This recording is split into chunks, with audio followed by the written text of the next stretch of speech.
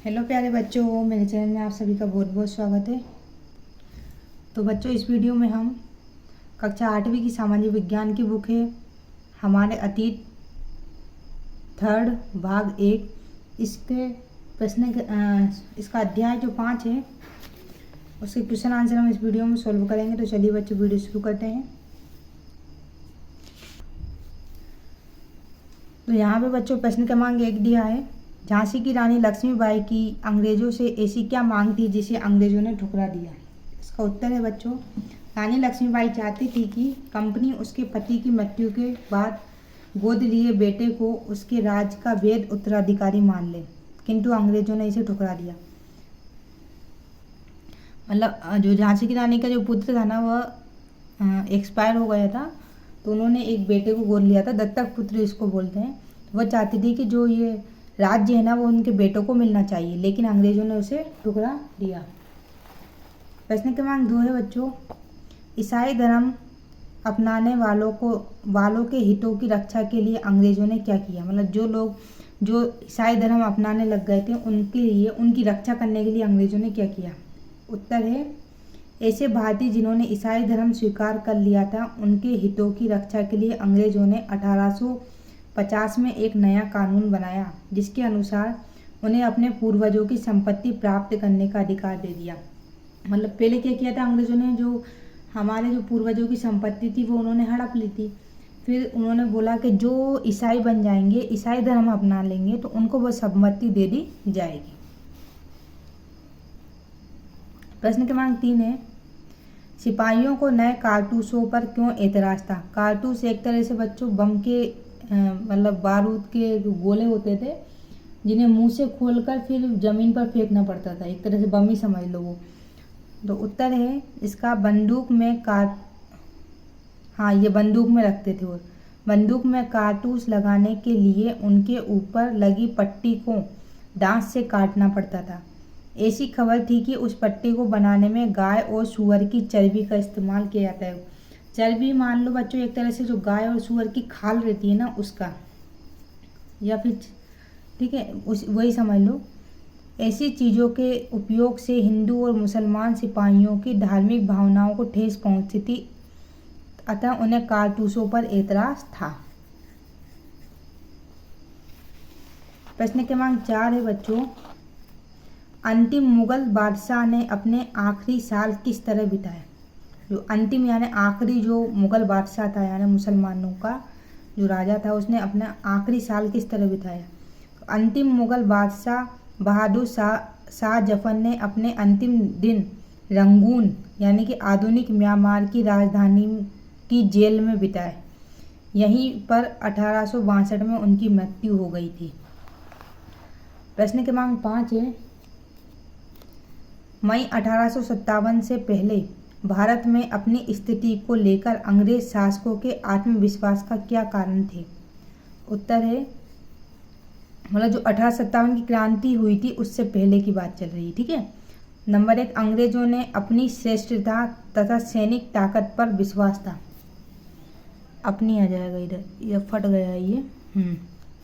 अंग्रेजों को अपनी श्रेष्ठता यानी कि हम बहुत श्रेष्ठ हैं, हमारी सैनिकों की जो ताकत है वो भी कैसी है, श्रेष्ठ है, उनको ये विश्वास था। नंबर 2, अंग्रेजों की सोच थी कि भारतीय सिपाही उनके विश्वसनीय हैं, उन्हीं के बल पर उन्होंने इतना बड़ा साम्राज्य खड़ा किया है। सही है, क्योंकि उन्होंने ऐसा सोचा कि जो भारत के सिपाही हैं उन्हीं के द्वारा ही इन्होंने इतना बड़ा साम्राज्य खड़ा किया है। वे जानते थे कि कई स्थानीय जमींदार एवं राजा उनके शासन के समर्थक करते थे, मतलब जो राजा थे वह भी उनको सपोर्ट करते थे, जमींदार और राजा। नंबर 4, 1857 से पहले उन्होंने इन्हीं सैनिकों की सहायता से कई लड़ाइयाँ जीती। मतलब हम भारतीय सैनिकों के द्वारा ही उन्होंने इतनी लड़ाइयाँ जीती और इतना जो उन्होंने शासन किया ना, इसमें ज़्यादातर हाथ भारतीय सैनिकों का, राजाओं का भी था, तथा कई बड़े विद्रोहों को कुचला था। अतः वे भारत में अपनी स्थिति को लेकर आत्मविश्वास से भरे हुए थे। प्रश्न क्रमांक 6 है, बहादुर शाह जफर है ये, बहादुर शाह जफर द्वारा विद्रोहियों के समर्थन दे देने से जनता और राज्य परिवारों पर क्या असर पड़ा। तो उत्तर है बच्चों, मतलब अगर बहादुर शाह जफर ने विद्रोहियों का समर्थन दे दिया तो उससे राज परिवारों पर क्या असर पड़ा। नंबर 1, आम जनता बहादुर शाह जफर द्वारा विद्रोहियों को अपना समर्थन दिए जाने पर बहुत उत्साहित हुई। इससे उनमें आशा का संचार हुआ। वे सोचने लगे कि अब शायद अत्याचारी एवं शोषक अंग्रेजी सत्ता को उखाड़ फेंका जा सकेगा। मतलब जो अंग्रेजों के खिलाफ थे, जो विद्रोही, उनका समर्थन किसने किया? बहादुर शाह जफर ने किया। जिससे क्या हुआ, लोगों में एक नई आशा उत्पन्न हुई कि चलो अब हम इनके अत्याचार से मुक्ति पा सकेंगे। नंबर 2, विभिन्न ब्रिटिश नीतियों के कारण, यानी अंग्रेजों की जो नीतियां थी, कई राज परिवारों को अपनी सत्ता गंवानी पड़ी, यानी कि अपनी जो सत्ता थी उनको छोड़नी पड़ी। वे इस खबर से बहुत खुश हुए। अब जिन्होंने ये सुना कि बहादुर शाह जफर साथ दे रहे हैं विद्रोहियों का, मतलब तो उनको बहुत खुशी हुई। उन्होंने भी विद्रोहियों का समर्थन दिया। वे अब सोचने लगे थे कि अब आ जाएगा यहाँ पे, अब वे अब सोचने लगे थे कि अगर मुगल बादशाह पुनः शासन स्थापित कर लें तो वे मुगल आधिपत्य में दोबारा अपने इलाके का शासन बेफिक्री होकर चलाने लगेंगे। उन्होंने ऐसा सोच लिया था। प्रश्न क्रमांक 7 है, अवध की बागी भूस्वामियों से समर्पण करवाने के लिए अंग्रेजों ने क्या किया। जो अवध है, वहाँ के जो भूमि के जो स्वामी हैं, एक तरह से मतलब भूमि के स्वामी समझ लो, किसान लोग जो भी थे, उससे अंग्रेजों ने क्या किया। उत्तर है नंबर 1, अंग्रेजों ने वफादार भूस्वामियों के लिए इनामों की घोषणा की। अंग्रेजों ने घोषणा की कि जो भूस्वामी ब्रिटिश राज के प्रति स्वामी भक्त बने रहेंगे, यानी कि जो उनका साथ देंगे, उन्हें अपनी ज़मीन पर पारंपरिक अधिकार का उपभोग करने की स्वतंत्रता रहेगी। मतलब उन्हें अपनी ज़मीन पर अधिकार रहेगा। ठीक है, अधिकार आप इधर ऐसे लिख सकते हो और इसको क्रॉस कर सकते हो। ठीक है।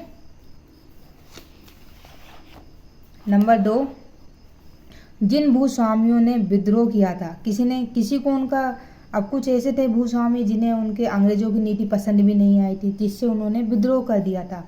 तो जिन भूस्वामियों ने विद्रोह किया था उससे कहा गया कि यदि उन्होंने किसी अंग्रेज की हत्या न की हो और वे आत्मसमर्पण करना चाहते हो तो उनकी सुरक्षा की गारंटी दी जाएगी। मतलब उनसे बोला गया अगर आपने किसी अंग्रेज को नहीं मारा हो, ठीक है, तो वे आत्मसमर्पण करना चाहते हैं तो उनकी सुरक्षा दी जाएगी और वो आत्मसमर्पण कर दें हमको कि अब हम आपके अंडर में काम करेंगे। जमीन पर उनके दावे अधिकार का विरोध नहीं किया जाएगा। इसके बावजूद सैकड़ों सिपाहियों, विद्रोहियों, नवाबों, राजाओं पर मुकदमे चलाए गए और उन्हें फांसी पर लटका दिया गया। सोचो, अंग्रेजों ने कई सिपाहियों को, विद्रोहियों को, नवाबों, वही राजा नवाब, राजाओं को मुकदमे चलाए उन पर और फिर उनको फांसी पर। अब प्रश्न क्रमांक 8 है बच्चों,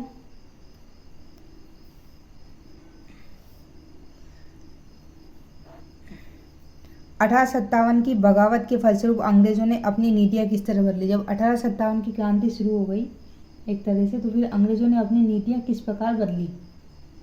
तो इसका उत्तर है, ब्रिटिश संसद ने 1858 में एक कानून पारित किया इस क्रांति के बाद में, है ना, जिसके द्वारा ईस्ट इंडिया कंपनी के सभी अधिकार ब्रिटिश सरकार के हाथ में आ गए। जो कंपनी के अधिकार थे वो इसके हाथ में आ गए।